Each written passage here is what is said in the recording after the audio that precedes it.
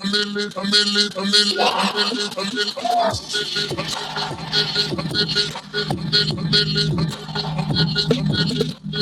on a new episode.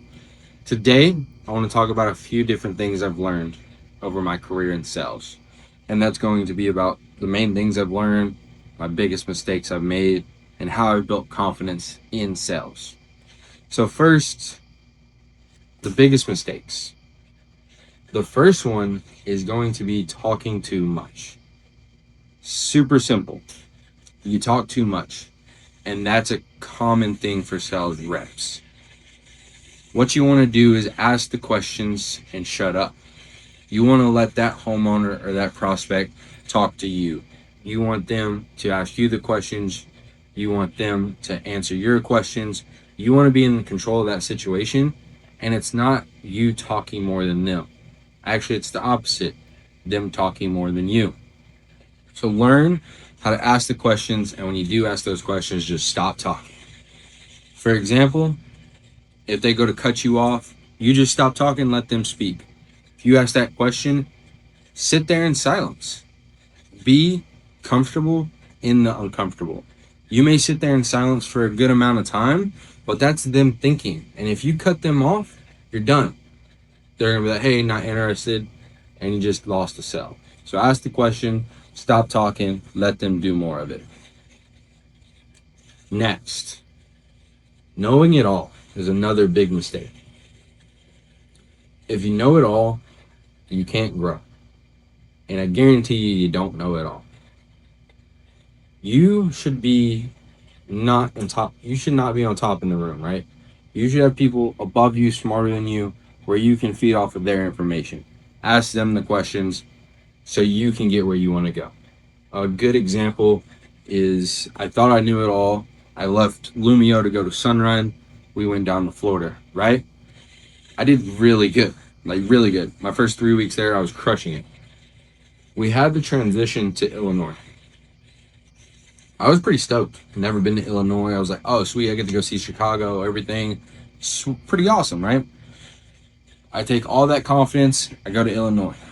The confidence will get you far, but I'm going to a whole new city I've never been to. People do act different in different areas, different objections, different power company. So I went from, 3-4 sales a week to literally zero. I don't like to admit it, but I got to Illinois and I bageled because I thought I knew it all. It took me manning up, sucking up all that pride and saying, hey, what am I doing wrong? And then once I did that, funny enough, guess what? I started selling just because I asked the questions. I'm like, hey, I don't know it all. I need advice. All right, so just don't know it all. Ask those questions. Now, 2, slacking off. When I say slacking off, I also mean being complacent. In this job, you'll make a lot of money. At least you have the potential to make a lot of money. Where reps go wrong is they make a good amount of money. They're like, hey, I don't have to work. Now, that could be true. You could have your bills covered. But when that month comes around and now you spent your money, you're kind of screwed. Don't have big pocket syndrome, or big check syndrome, I should say. Keep grinding, keep hustling. Have that why in front of you. You should be looking at your why every single day, because that's what's going to keep you pushing when the days are rough and when you just want to quit. It shouldn't be what's in your bank account. It should be how far can I go. You should be trying to grow every single day, right? So those are some of the mistakes that I have made, and I hope you guys don't make it. What I've learned in sales, though, just to kind of piggyback off the money part, is money management. You should know where your money's going. Every dollar should have a home, because it will find its way out, no matter what. So learn to invest. Learn to where to put money away. Invest in yourself. Invest in others. Invest in, some sales courses, conferences, whatever it is. You invest in yourself, you get a big return. But don't blow your money on stupid crap. Please. You don't need the brand new car. You don't need the brand new iPhone. You don't need a pair of shoes for every day of the week. Should you indulge in yourself? Absolutely. You've earned it. You worked hard. Go take the vacation. Take your spouse out to a nice dinner. But earn it. Earn that win. Have a goal. Hey, if I get 4 sales, Me and the girl, we're going to go to this nice Brazilian steakhouse. Whatever it may be, earn the win. Put the money away, earn the win. 2, personal development. This should be something in every aspect of your life. Now, my pillars: faith, family, fitness, and finance. Are all those always a 10 out of 10?